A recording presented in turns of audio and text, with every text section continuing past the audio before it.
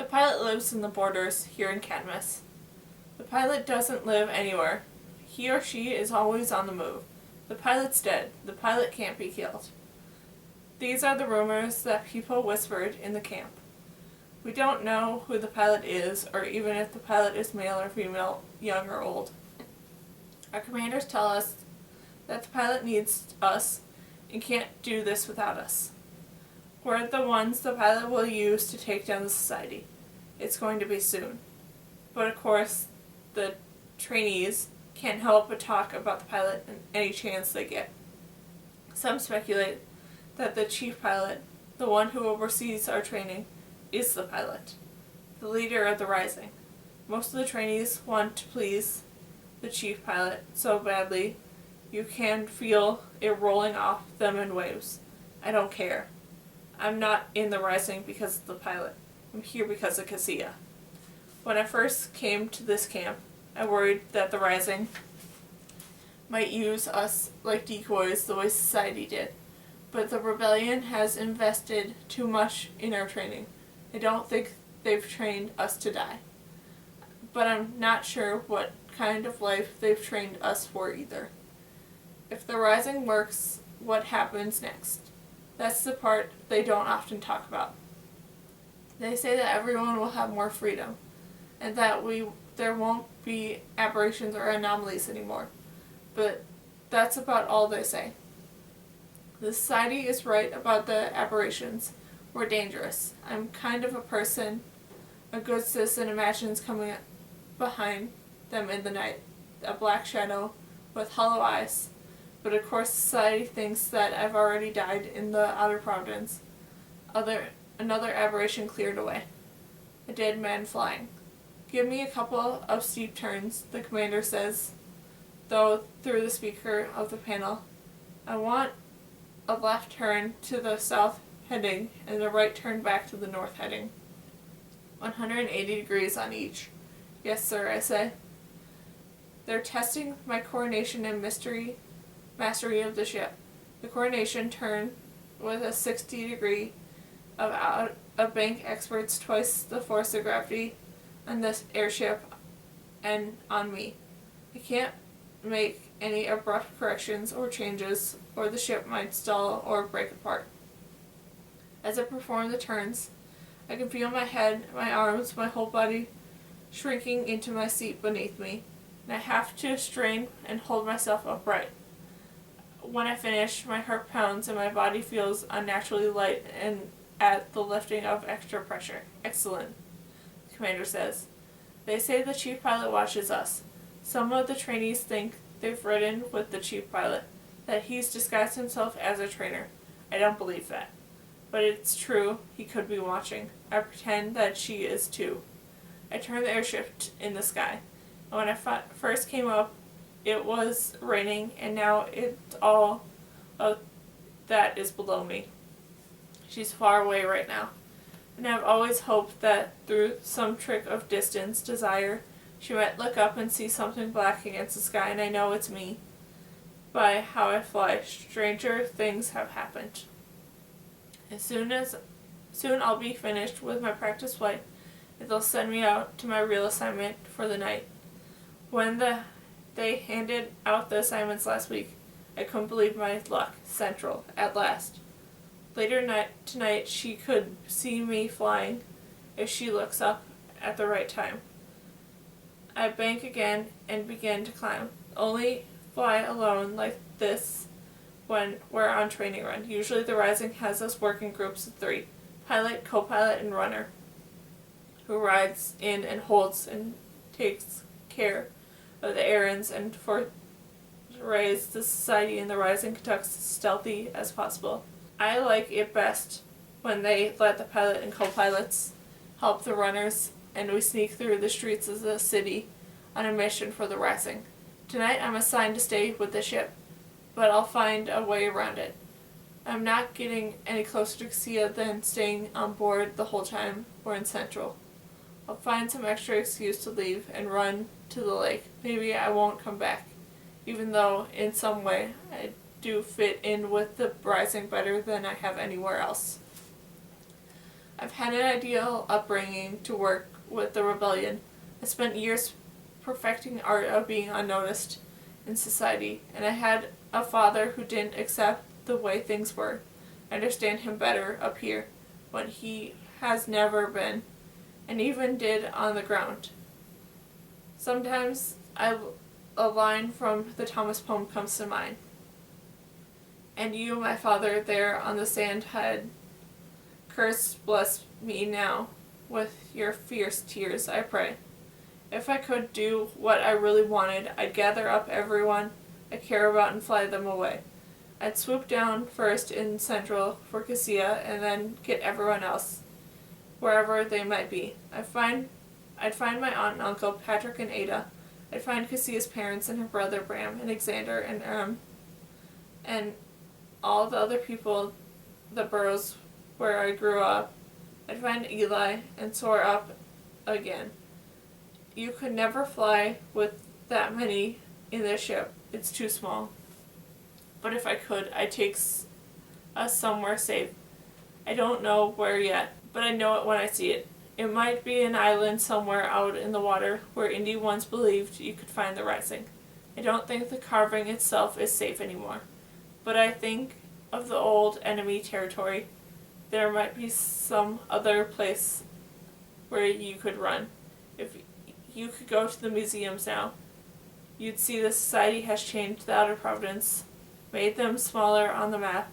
If the rising falls to overturn the society, by the next generation the Outer Providence might not show up on the maps at all. It makes me wonder what's out there and I don't know nothing about, and how else the society might have altered maps over the years. There must be a world past the enemy territory. How much has been erased and taken away? I won't care how small the world become as long as I had Cassia at the center of my mind. I joined the rising so we could be together, but they sent her back to Central, and now I keep flying because it's the best way I can think of to get to her. As long as society doesn't shoot me down. There's always that risk, but I'm careful. I don't take unnecessary chances like some of the others do when they impress the chief pilot. If I die, I'm no good to Cassia, and if I want to find Patrick and Ada. I don't want them to think that they've lost another son. One is enough. I think of me as their own son, but they always saw me as who I was. Kai, not Matthew, their son who died before I came to live with them. I don't know much about Matthew. I never met him, but I know his parents loved him very much, and that his father thought Matthew would be a good soldier someday. And I know that he was visiting Patrick at work when the anomaly attacked them. Patrick survived, Matthew did not. He was just a kid, not old enough to be matched, not old enough to have a final work assignment yet, and certainly not old enough to die. I don't know what happens after we die. It doesn't seem to me like there can be much past that.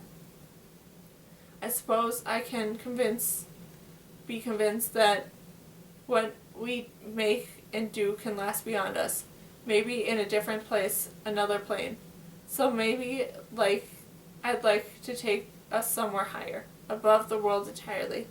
It's colder than the farther up you climb. It could be that if I flew us high enough, all these things my mother painted would be waiting, frozen.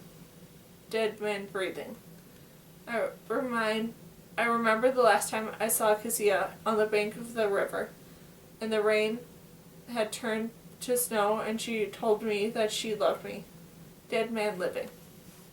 I'd bring up the ship as fast and smooth, and the ground comes to meet me, and the sky shrinks down from being all that I can see to a line in the horizon. It's almost completely dark. I'm not dead at all. I've never been more alive.